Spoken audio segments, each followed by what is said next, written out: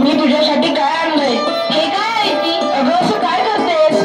ही पुस्तके आहेत, या पुस्तकांचं वाचन कर. इश्श, आता ह्या वयात कसं वाटल ते?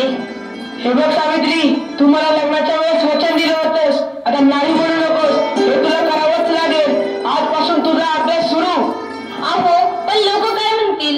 किती बदनामी होईल आपली. लोक तू करतील आपल्यावर. स्त्रिया या घरातल्या कामातच बऱ्या वाटतात, असं बाहेर जाऊन नाही हो. बरं असू द्या, ही पुस्तके राहू द्या बाजूला, मला लय कामं आहेत ती. अरे बाळा, झोप माझ्या सोन्या, तुला काय हवंय? का रडतोय? अगं बाई, त्याच्यावर लय टाकले, हे पण घरी नाहीत. आता मी काय करू? सावित्री, अगं ये सावित्री, किती रडतोय तुझं बाळ? काय झालंय त्याला? मोठे का पारू? रात्रीपासून लय रडायला लागले बघ. काय ठाऊक काय झालंय? अंग बी लय तापलंय. अगं सावित्री, अगं याचं अंग तर इस्तवाने तापलंय. होय ग पारू, आता मी काय करू? अगं सावित्री, ही तर भूतबाधा आहे, भूतबाधा. काय भूतबाधा? माझ्या लेकराला भूताने झपटलंय? नाही नाही, असं होऊच शकत नाही. होय सावित्री, असं झालंय. याच्या पापण्या बघ कशा लाल झाल्यात. मग आता मी काय करू? हे पण घरी नाहीत. अगं तुझं पोरगं लय तापलंय. आता रडत बसू नकोस, वेळ वाया घालू नकोस. आपल्या गावाबाहेर मांत्रिक बाबा आलेत, लय जालीम उपाय करतात ते. त्यांच्याकडे घेऊन जा त्याला. वाटलं तर मी येते तुझ्या संग. होय होय, चल लवकर, माझं लेकरू लय तापलंय. बाबा, ते बघा, एक बाई आपल्या बाळाला घेऊन येत आहे आपल्याकडे. म्हणजे आज आपली कमाई होणार. बाबा, माझ्या बाळाला वाचवा. बाबा, माझ्या बाळाला वाचवा. त्याचा इस्तवासारखं तापले. बाबा, काहीतरी करा. बाबा, काहीतरी करा. तुझ्या बाळाला भूतबाधा झाली. कसली भूतबाधा बाबा? बाई, तुझ्या बाळाला विहिरीतल्या भूताने झपटलंय. काय? विहिरीतल्या भूताने? मग काहीतरी उपाय सुचवा बाबा, मी माझ्या बाळासाठी काय पण करीन. बाई, तू काळजी करू नकोस. बाबांवर विश्वास ठेव, सगळं काही चांगलं होईल. थोडा धीर धर. कसा धीर धरू बाबा, कसा धीर धरू? तुला तुझ्या बाळासाठी बळी द्यावा लागेल, म्हणजे तुला एक बकऱ्याचा नैवेद्य द्यावा लागेल. ठीक आहे बाबा, मी माझ्या बाळासाठी वाटते ते करेन. पण माझं बाळ वाचलं पाहिजे. माझ्या बाळाला वाचवा बाबा. बाई, तुला काय करायची गरज नाही. तू फक्त पैसे दे, नैवेद्य आम्ही करू.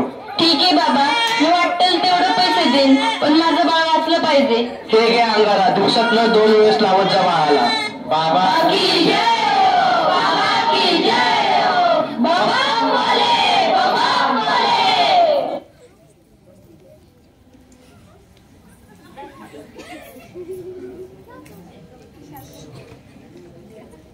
अगं बाई, ह्याचा अजून कसं काही ताप कमी नाही झाला? काल बाबाकडे जाऊन पण काय बी फरक पडला नाही. अगं किती रडतोय तो? तुला किती वेळा सांगितलंय त्याला दवाखान्यात घेऊन जा म्हणून, पण तू काय माझं ऐकू नकोस. अहो ऐका ना, चिडू नका. जरा बघा ना हातात घेऊन, याचा ताप कायच कमी नाही झाला. जरा बघा ना याला काय झालंय ते.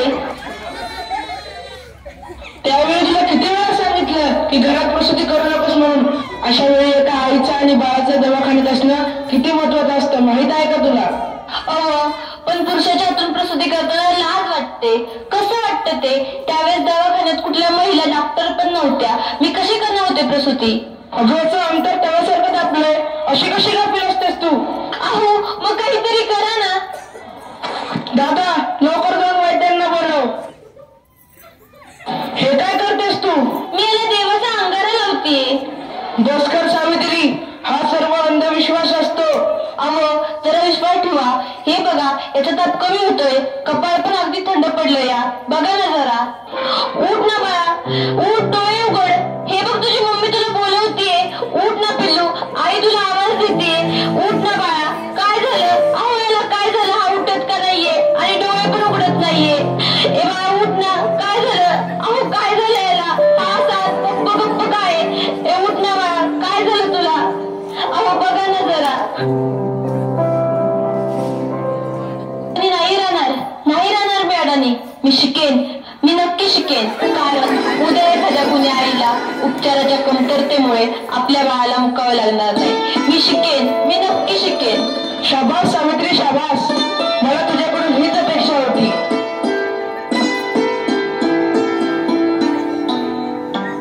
अगं बाई, मला माहितीच नव्हतं सूर्य हा पृथ्वीच्या